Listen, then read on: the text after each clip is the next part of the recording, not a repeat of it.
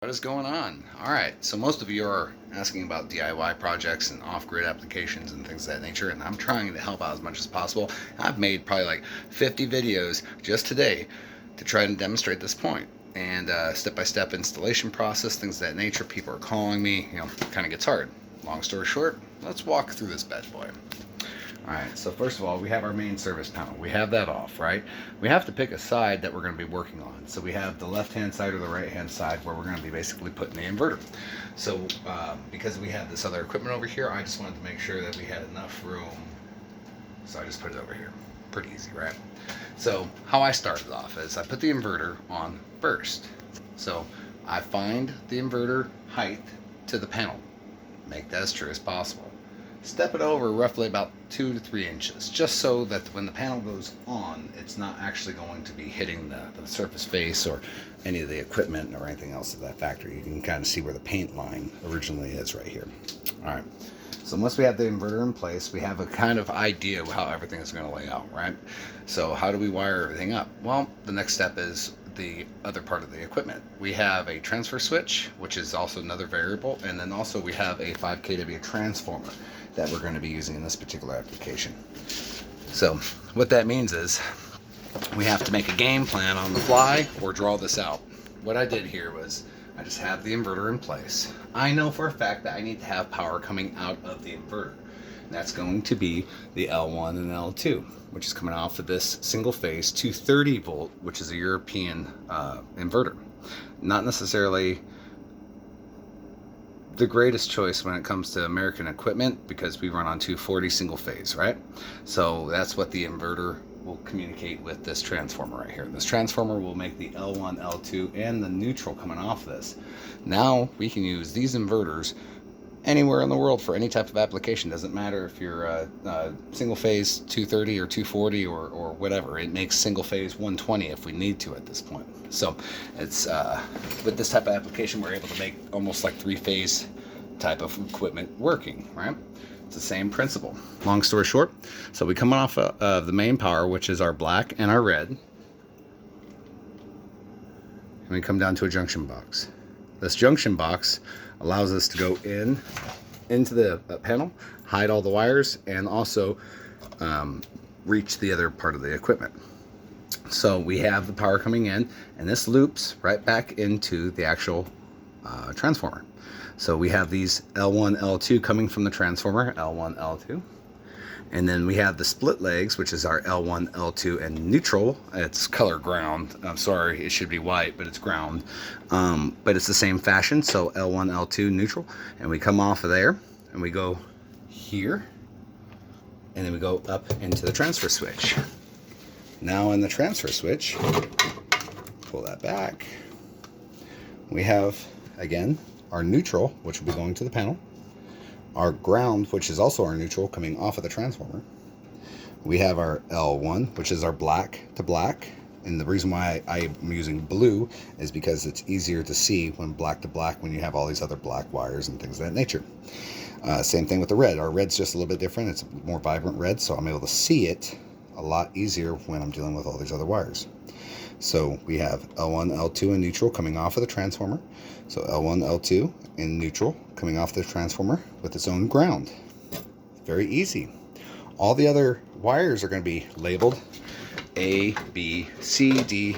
Yes, I can count. All right. So as you can see, A, B, C, D, E, F. All right. And we have generator line, and we have off, and then we have line to the house itself. We have our own individual breakers at this point. So it's all pretty much self-explanatory.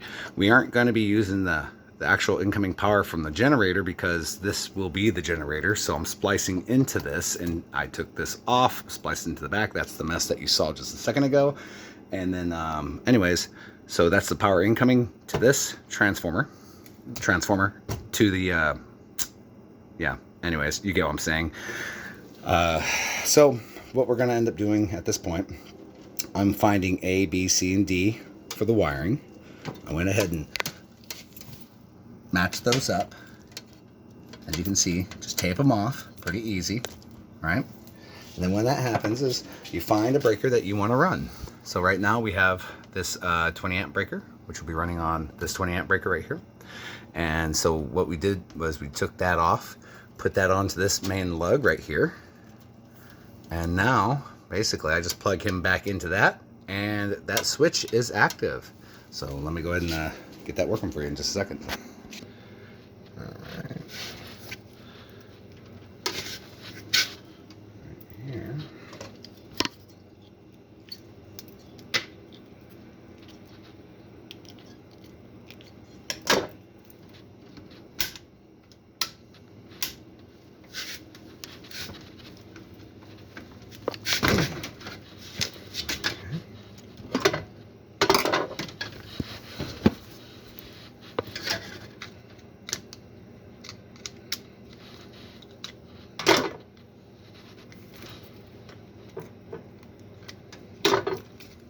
Okay, simple as that.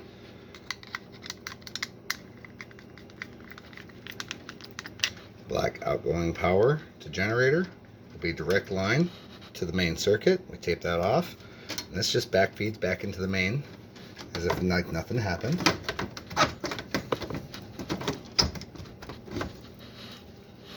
And we should be able to turn that back on. Now we have power coming in from the main line, which is over here. Oh, there we go. And we have main power line, so that technically turns it back off, and that turns it back on for the house. This will get taped.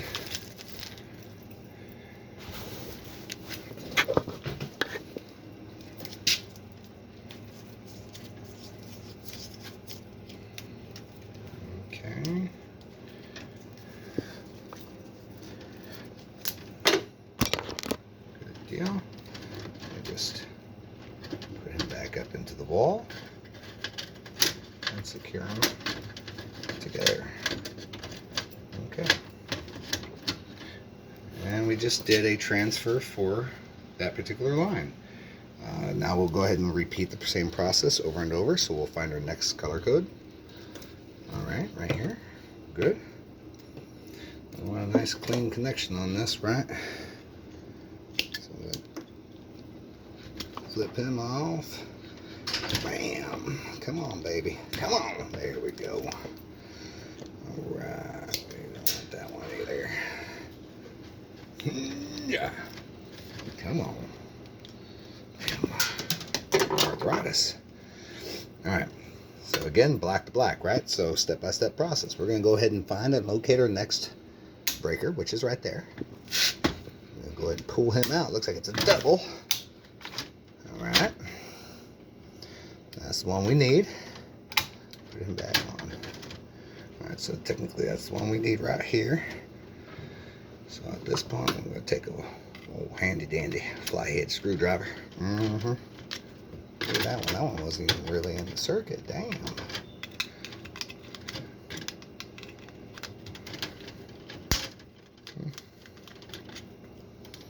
That wasn't even the one we were replacing.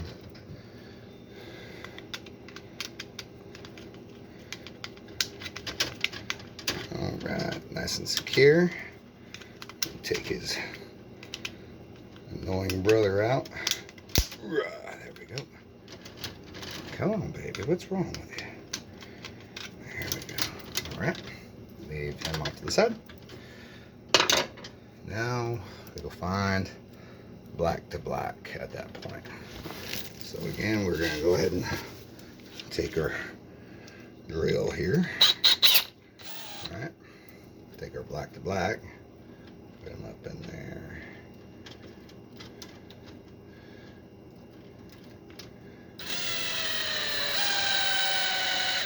Okay. And he is secure. Now at that point, so we'll go ahead and tape him off for safety, right? Safety first. Okay. Alright. I'm going to dress him up. Now we got to put him back in. So we're going to go ahead and stick that right back in there, right there. Just like that. Nice and pretty. Make sure and tug on that wire nice and good. Alright. So we have now number 2. There we go. We have, I think that was it. All right. Anyways, all right, that's number 2. Now we got number 3. Same fashion. Straighten this up a little bit.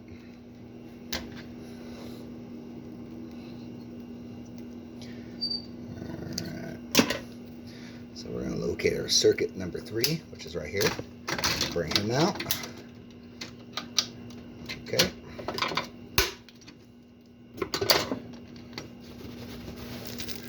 Oh no, I lost my screwdriver. I hate that. It's playing hide and go seek with me. Anyways, here we go. Go ahead and switch that wire out right there. Now we got this breaker ready. On any one, it don't matter. Just go ahead and grab it. It goes black to black. We can go ahead and do our same method, just like that, right? And then we grab our wire that we've already located, bend it up, get out of the way for safety, poke them both in. What I like to do is maybe do about 2 or 3 twists, and go ahead and back up off of it, just like that. You see that? Alright. Before you start jacking around with anything, tape that bad boy off, right? Gotta keep it safe. Alright. Alright, we'll go ahead and bend him up, kind of out of the way, just like we did the other ones. They're a little bit noticeable that way too. Really look like some work has been done. Alright, so now we're going to take that wire that we took off the breaker, we're going to go ahead and put him back in, because that's locating off-grid aspect. Now, when you're doing off-grid, it don't matter if this breaker's on or not at that point. We are bypassing the system using the transfer switch. Alright, make sure and pull on him nice and tight, and it looks like he's good. Stick him back in. There we go, back on. Alright, last circuit. This is the 4th one, right? Running 4 to the 6. And it was this guy right here. Alright, so there's no room to play with him. So what we're going to do is we're going to tuck him up and over, just like that. So we got a little room. Go ahead and disconnect him, just like normal. Black to black, right? Grab your handy dandy drill. Right. Kind of point them the same way.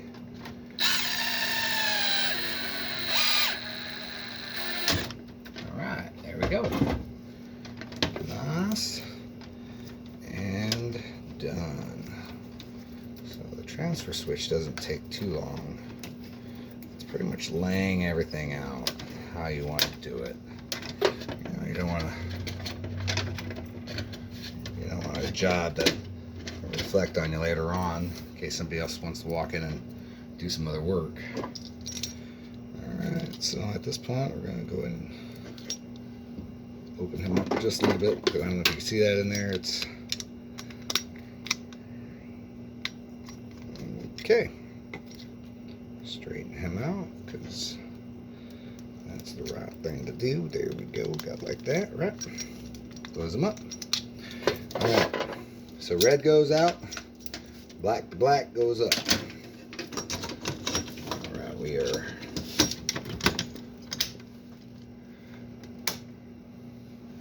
alright, so at this point the system should be underneath its own load.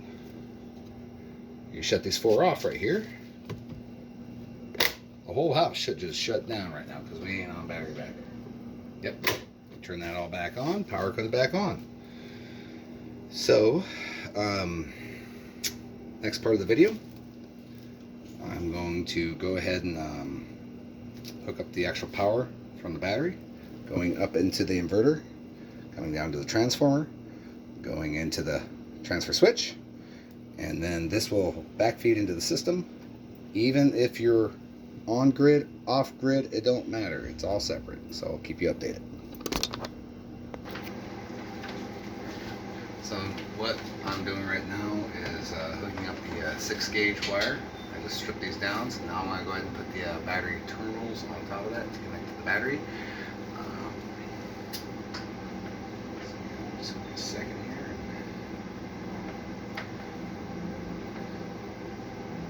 Yeah.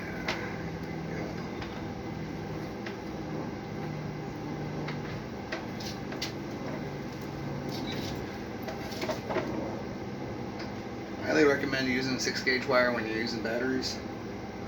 Anything higher will even be better. 4 gauge is probably the most appropriate. But to do the loads that we're doing roughly about like 2,000 watts. So at 48 volts times 10 amps, that's 480 watts. If we're going to be pulling 40 amps through this wire, no problem. Then the max out peak for this particular wire, 55 amp, right? But 40 amp, just to be safe, for an easy number.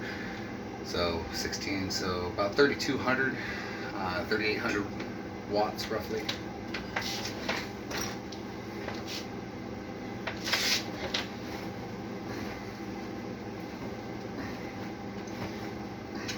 I'm going to use a hammer to smash this.